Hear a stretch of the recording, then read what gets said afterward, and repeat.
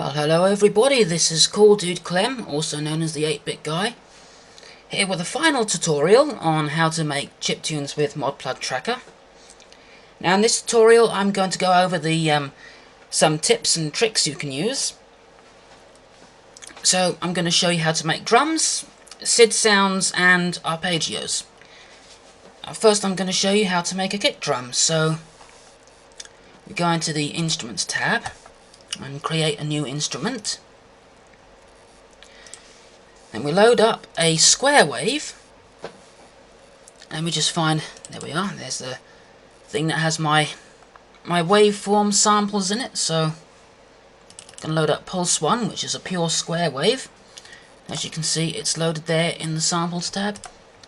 Now, to make this sound like a kick drum, because at the moment, well, that doesn't sound like a kick drum at all, you're going to want to use the envelopes. You want to use the volume envelope and the pitch envelope. So first we'll create a volume envelope, so it doesn't need to be long. About that long is about good enough for a kick drum. Next we need to edit the pitch envelope. So click on here where it says PTCH.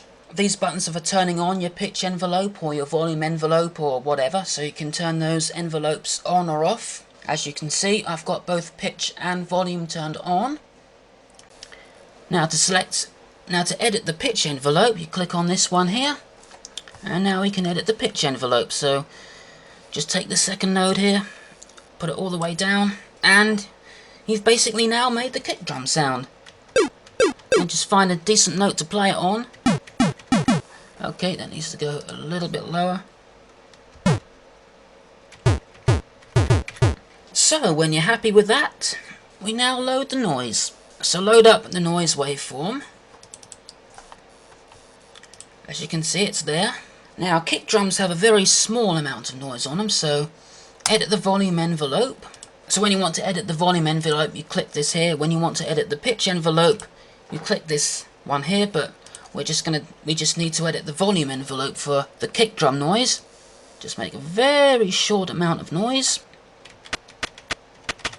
And when you're happy with that, we can put it in the song. So put in the square wave part, and then put in the noise part, and let's hear how that sounds.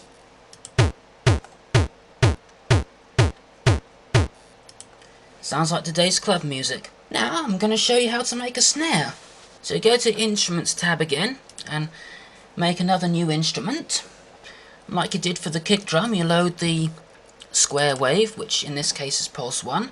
Now you want to edit your volume envelope. That's pretty much what you need for a snare drum. Let's just hear that. Now you're going to want to edit the tone envelope as well. Not as severe as what you did with the kick drum, about half as much. And find a good note to play the snare on. Okay, that sounds good. So when you're happy with that, make the noise part. So again, just put a new instrument and load the noise. And then create a volume envelope. The same type of volume envelope you used for the square part. And when you're happy with that, you can put it in the song. So let's hear how that sounds. Now, hats and cymbals. And these can be created with just noise. So load up a noise. And then make a volume envelope for it. A short one for closed hats, a long one for open hats.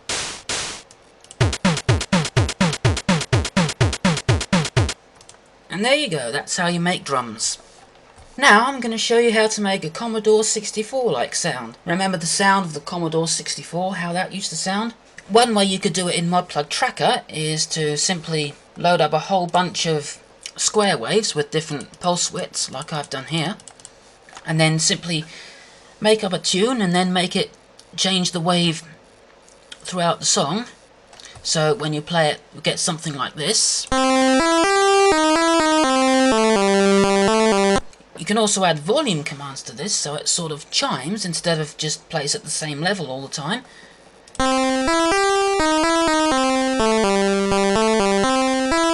So that sounds much nicer. And there's also another way you can do this without having to do all this changing the waveform each time, which I'm going to show you right now. First of all, we load up a couple of sawtooth waves.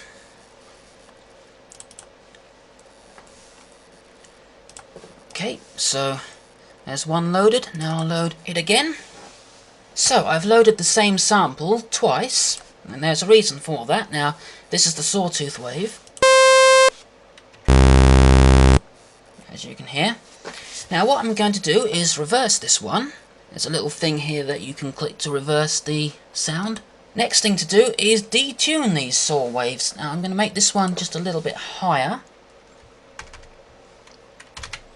And I'm going to make the other one a little bit lower. So I've now created the same little thing you heard, but now using the sawtooth waves. If we play one of them,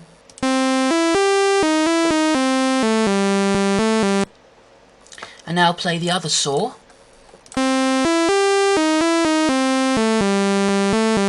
you can hear they sound the same, but if we let them both play, they interfere with each other and it actually makes a sort of SID-like sound. So let's hear what that sounds like.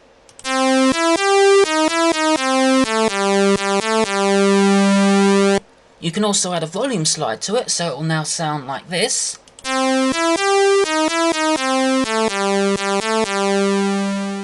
And you can also add a tone portamento, so each time it plays a new note, it doesn't restart the samples. So when it plays, it now sounds like this.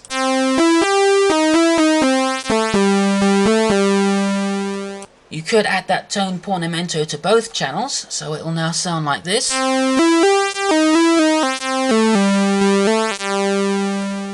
And you can even do this with arpeggios.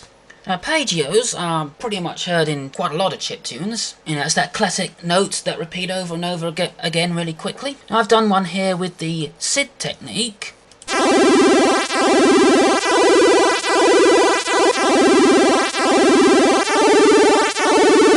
If you're using my SID technique and making that into an arpeggio, you can also add the tone portamento so that when each time a new note is played, it doesn't restart the samples.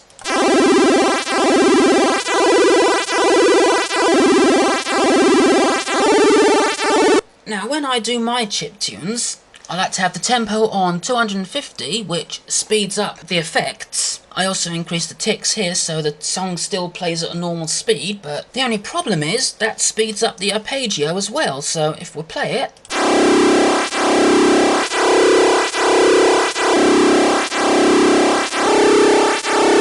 well, you can hear that sounds absolutely insane, so we need to do something about that. And where you can get around this is actually make an arpeggio with the pitch envelope. So select the pitch envelope. Now I want to add 6 points to this.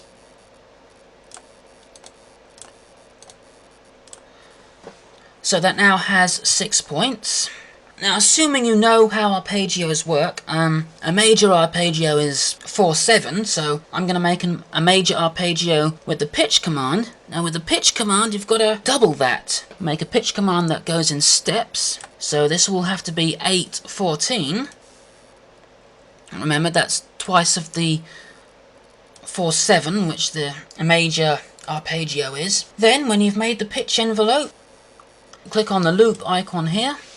So you can make the envelope looped, and grab the end of the loop and put it there, and let's hear that.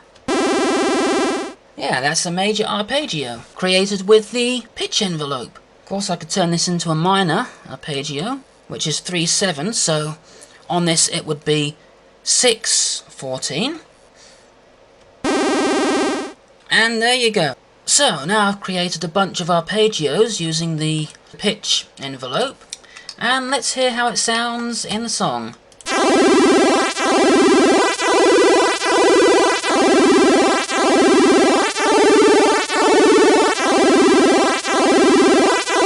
Okay, and there's some tips and tricks on how to make chiptunes.